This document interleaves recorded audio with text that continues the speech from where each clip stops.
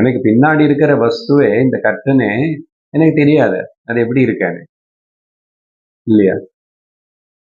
நானும் என்னோட கண் அந்த பக்கம் திருப்பணும், இல்லைன்னா அந்த கர்டன் எனக்கு முன்னாடி வரணும் தெரியணும்.